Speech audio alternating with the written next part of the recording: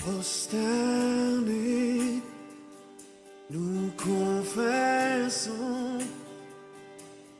tu es Dieu en ce lieu.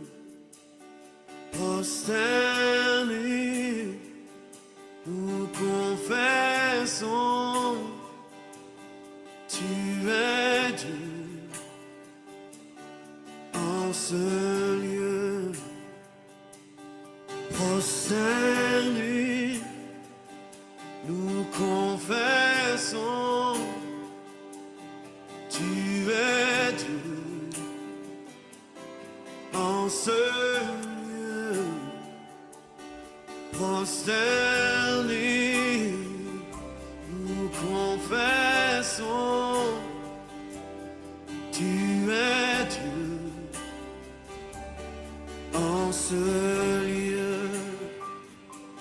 Je m'attends à toi, tu es tout pour moi. Bien-aimés dans le Seigneur, à ceux qui croient encore en Jésus-Christ, je vous salue et soyez bénis là où vous êtes.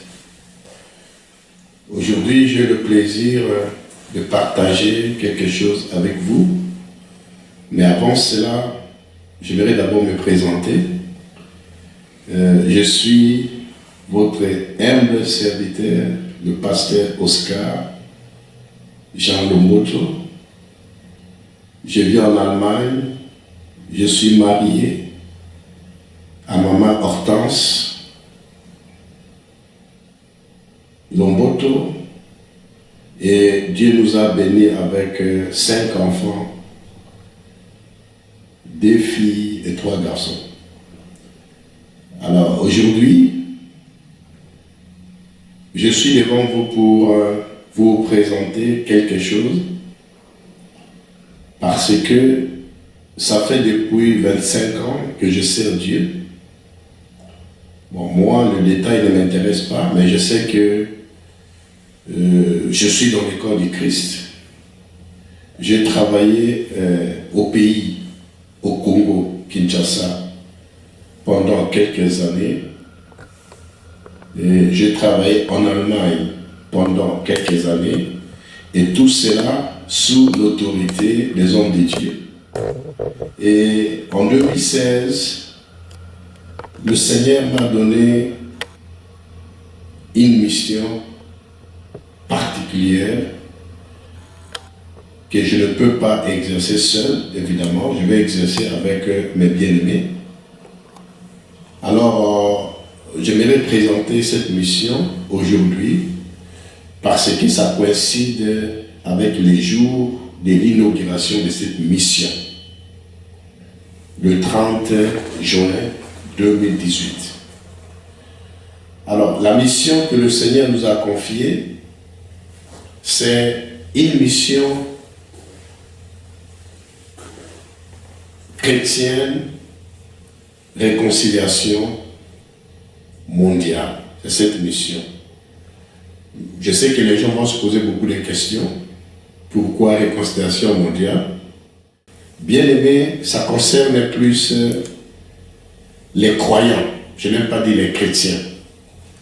Et on trouve les croyants dans des églises comme dénomination. Et tout le monde le sait qu'aujourd'hui, la santé de nos églises, ou ce qui se passe dans les églises, ça dérange un peu. Et les gens se posent beaucoup de questions. Est-ce que Dieu existe? Est-ce que Dieu est encore puissant?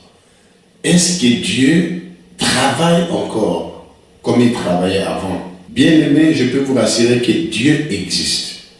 Et Dieu travaille. Et Dieu est puissant. Et le problème, c'est quoi? C'est nous qui conduisons les églises aujourd'hui. Je ne peux pas dire tout le monde, mais certains d'entre nous ont quand même failli à leur mission.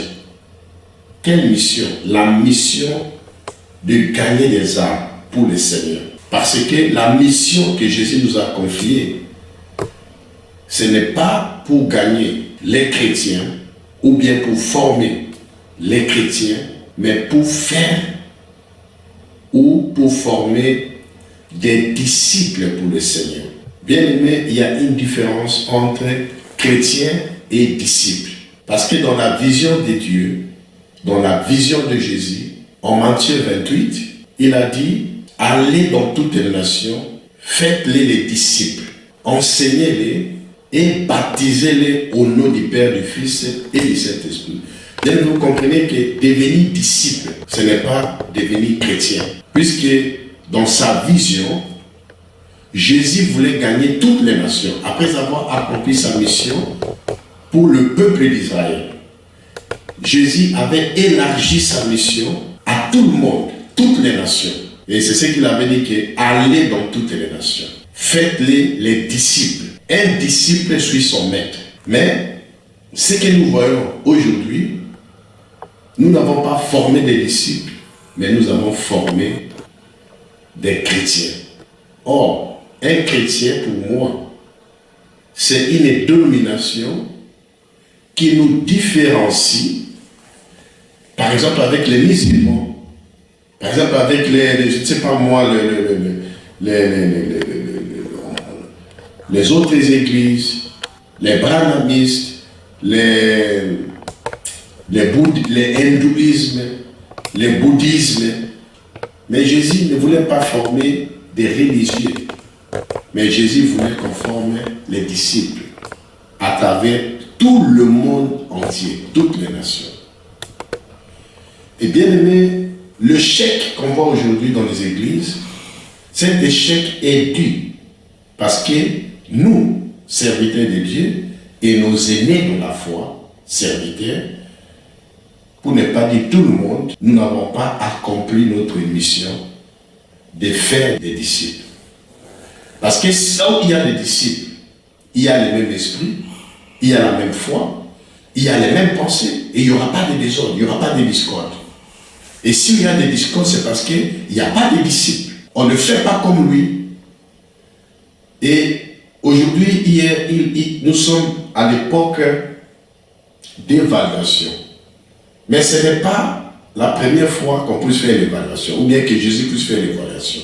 Si vous voyez dans ces lettres, pour les 7 églises, aujourd'hui, il y a plus de 3000 ans, Jésus avait déjà évalué les églises.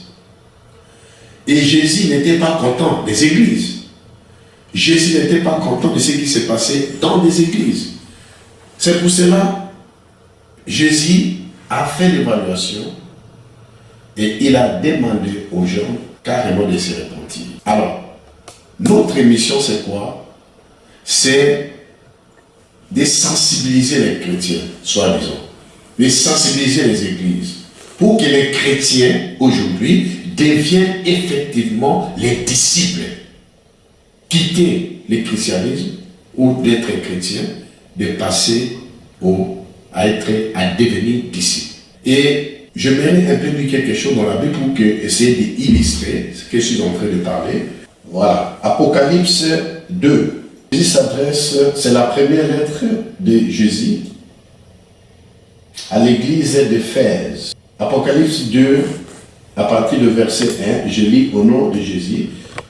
Écrit à l'ange de l'église d'Éphèse, voici ce que dit celui qui tient les 7 étoiles dans sa main droite.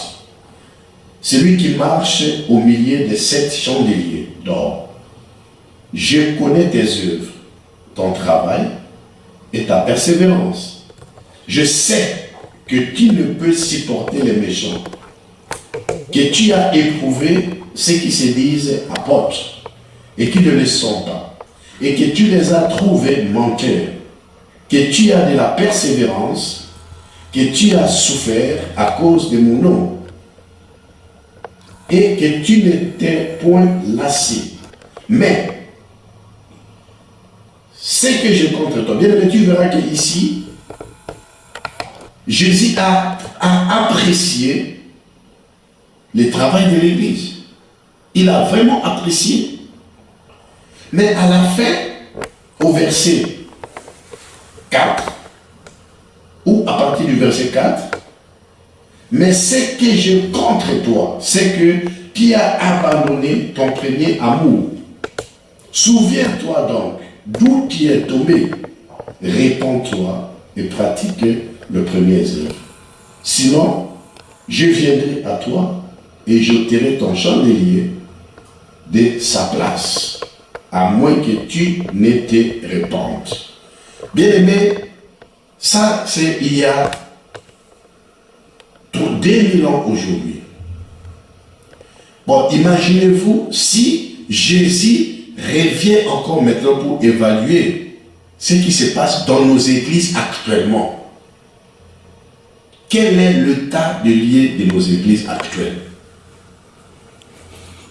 C'est pour cela, bien aimé, est-ce qu'il faut continuer à créer des églises? Moi, je pense que non. Je ne dis pas que nous sommes dans la... Nous avons le monopole de cette mission, mais je suis sûr que nous sommes parmi les gens que Dieu a envoyés dans cette mission. Et pour moi, je suis convaincu qu'il est la dernière mission avant son retour. Bien aimé. On ne peut pas continuer à créer des églises au moment où ce qui se passe dans des églises ne marche pas. Et ici, Jésus veut que nous puissions nous repentir. Et bien aimé, il est temps qu'on puisse se repentir. Il est temps que les hommes de Dieu puissent se repentir. Il est temps que les chrétiens puissent se repentir. Parce que notre objectif, c'est quoi? C'est de gagner le ciel. On ne prie pas pour autre chose. On prie pour qu'on soit sauvé les derniers jours, bien-aimés. Nous ne sommes que des pèlerins. C'est pour cela l'occasion vous est donnée maintenant. Dieu nous donne encore l'occasion. Et je ne suis pas en train de contredire la parole de Dieu qui dit il peut revenir demain, il peut revenir aujourd'hui. Mais je sais que comme il a donné cette mission, c'est qu'il nous donne encore même un jour, 2 jours, une année. Il nous donne un peu de temps pour que les gens puissent se repentir. Et le grand moment est venu pour que nous puissions nous repentir. Et dans notre mission, je pourrais dire que nous sommes une mission et nous ne sommes pas une église, parce que j'ai dit, ce n'est pas le temps de créer des églises. Mais nous sommes une mission dans l'église. Cela veut dire que pour nous, nous allons travailler avec tout le monde qui va ouvrir son cœur pour nous. Tous les pasteurs, toutes les églises qui fonctionnent, ceux qui vont comprendre qu'effectivement ça ne marche pas. Parce que ça ne marche pas. Mais on ne peut pas continuer à s'entêter, homme de Dieu, ça ne marche pas. On ne peut pas se voiler la face. Mais le temps est venu pour que nous puissions prendre conscience en tant qu'homme de Dieu et s'humilier. Bien aimé, il n'y a pas un grand homme de Dieu sur la terre. Il n'y a pas un super homme de Dieu sur la terre. Parce qu'aujourd'hui, il y a quelqu'un que Jésus a apprécié. Il n'y a aucun serviteur qui est grand. Plus que Jean-Baptiste. Mais même Jean-Baptiste n'a fait aucun miracle. Mais le grand miracle de Jean-Baptiste, c'était quoi? C'est d'échanger le cœur d'une personne, le cœur de païen au cœur de croyant. Et Dieu a dit, celui-là c'est un grand. Et je fais appel à tous les grands, les gens qui se disent grands pasteurs, de constater cet échec et de commencer à se repentir. Repentissons-nous, hommes de Dieu. C'est le temps de prêcher la repentance. Sauvons ceux qui sont là. Au lieu de continuer à ouvrir, sauvons ceux qui sont là. Sauvons les chrétiens. Aujourd'hui, beaucoup sont restés à la maison à cause de nous. À cause de nos messages. Le temps de la prospérité bien-aimée est passé. Mais le temps est venu qu'on montre la justice de Dieu. Parce qu'il est dit, cherchez premièrement son royaume et tout vous sera donné par-dessus. Faisons de l'Église un endroit de montrer la justice de Dieu, d'enseigner les gens la justice. Faisons de l'Église un endroit que les gens vont gagner le ciel, mais ne faisons pas de l'Église un endroit que les gens viendront pour les choses matérielles. C'est ce qui a fait vraiment descendre l'Église au plus bas niveau. Nous sommes là et je pense que Dieu va nous aider. Je sais que ce n'est pas une mission qui est facile. Je sais, il y a des gens qui vont nous bouder, il y a des gens qui vont nous critiquer, il y a des gens qui vont se croire qui sont plus grands que nous. Mais moi je vous dis qu'il n'y a pas celui qui est plus grand que Jean-Baptiste. Parce que Dieu l'a témoigné. Alors, bien aimés dans le Seigneur, tenons-nous la main dans la main. Comme je l'ai dit, nous ne sommes pas une église, mais nous sommes une mission à travers le monde entier. Dieu veut que les chrétiens d'abord puissent se réconcilier avec lui. Les chrétiens, ceux qui disent chrétiens, qu'ils deviennent les disciples bien-aimés. C'est ça la mission. C'est ça la mission. Tu es chrétien, mais pose-toi la question, ne te limite pas là-bas. Il faut passer à l'étape suivante, de devenir disciple. Un disciple, c'est quelqu'un qui fait comme Jésus. Un disciple, c'est quelqu'un qui ne pêche pas. Un disciple, c'est quelqu'un qui doit marcher selon son maître, les pas de son. Et notre maître, c'est Jésus-Christ. Bien-aimé dans le Seigneur, je ne peux pas prendre beaucoup de temps, mais j'aimerais être bref. Et c'est ce que je fais, j'ai essayé de faire, pour qu'on puisse saisir le bien fondé de cette mission. La réconciliation mondiale. De qui? Des chrétiens d'abord. Je ne dis pas que les païens ne viendront pas chez nous. Mais la première mission, c'est des chrétiens.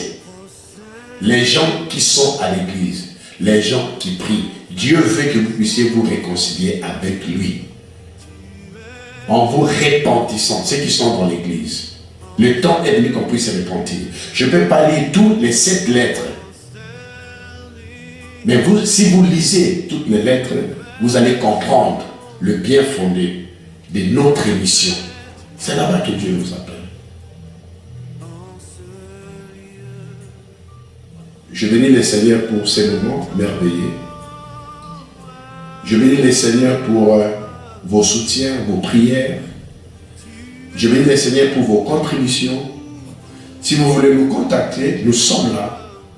Parce que nous avons déjà démarré. Parce que aujourd'hui, c'est le jour, c'était le jour de l'inauguration, de présentation de cette mission. Et avec ça, je vous annonce que nous avons déjà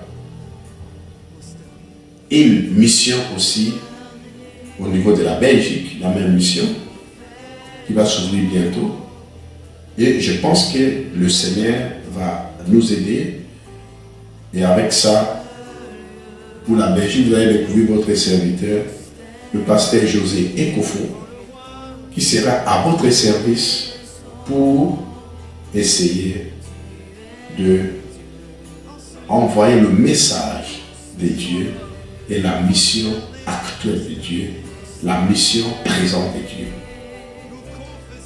Que le Seigneur vous bénisse, que le Seigneur bénisse vos familles, que le Seigneur bénisse le monde entier, que le Seigneur bénisse toutes les nations et ne soyez pas incrédules en écoutant ces messages, mais répandez-vous là où vous êtes. Et Jésus, il est vivant. Il n'a jamais fléchi. Car la Bible déclare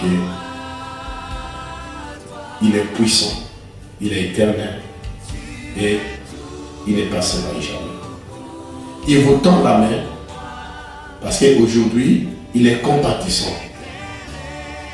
Car il dit que le même Jésus, demain, il sera aussi ton juge. Que Dieu vous bénisse et que Dieu bénisse le monde entier.